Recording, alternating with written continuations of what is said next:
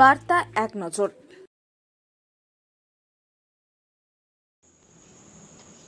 প্রথা মেনে রাধাকৃষ্ণের স্নানযাত্রা হলো বাঁশবেড়িয়াতে।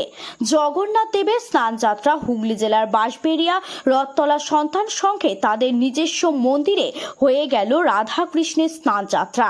আগামী 27 তারিখ রথযাত্রা। সেই রথযাত্রার ঠিক আগেই আজ স্নানযাত্রার দিন বিভিন্ন জায়গায় জগন্নাথ বলরাম সুভদ্রা স্নানযাত্রা হলেও তবে বাঁশবেড়িয়াতে রাধাকৃষ্ণের স্নানযাত্রা হয় বহু বছর ধরে। এখানকার রথে রাধাকৃষ্ণ ওঠেন। প্রথমে মাটির মূর্তি হলেও পরে কোষ্ঠী পাথর এবং শেষে পেতলের রাধাকৃষ্ণের মূর্তিতে রাধাকৃষ্ণের মন্দিরে 12 মাস পূজিত পান রাধাকৃষ্ণ। তবে এখানকার রথে প্রথম থেকেই রাধাকৃষ্ণ চাপেন। বেলা হতেই আগে দুধ ও গঙ্গা জল দিয়ে রাধাকৃষ্ণকে স্নান করানো হয়। পরে পুরোহিতের মন্ত্র উচ্চারণের মধ্যে দিয়ে শুরু হয় পুজো। এলাকার বহু মানুষ মন্দিরে এসে অঞ্জলি দিলেও সব শেষে সকলের মধ্যে প্রসাদ বিতরণ করা হয়। এই বিষয়ে মন্দিরের পুরোহিত শ্যামল চক্রবর্তী কি বললেন শুনবো। হুগলি থেকে রাজেশ দেবনাথের রিপোর্ট, বার্তা এক নজর।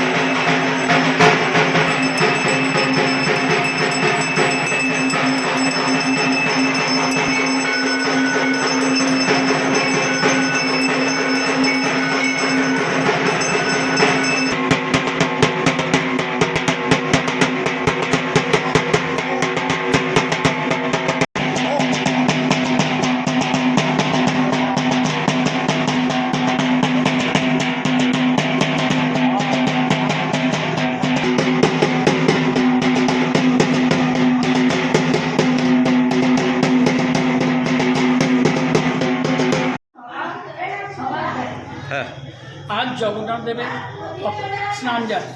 প্রতি বছরের ন্যায় আমাদের এই আনন্দময়ীতলা রথতলায় জগন্নাথ দেবের বদলে প্রতি বছরই আমাদের রাধাকৃষ্ণের পূজা বহুদিন ধরে চলে আসছে।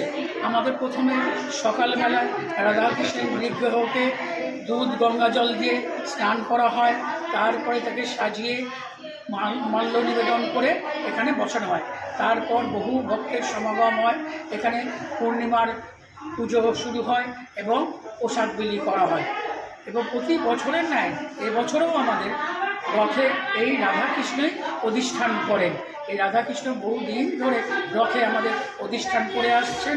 যা বহু বছরের পুজো আজ স্নানযাত্রায় ভক্তর মধ্যে প্রসাদ বিলি করে এই অনুষ্ঠান সুসম্পন্ন হয়। কত বছর ধরে এই রথ হচ্ছে? এটা বহু বছর ধরে চলে আসছে এই রথযাত্রা। কি নাম আপনার? আমার নাম শ্যামল চক্রবর্তী।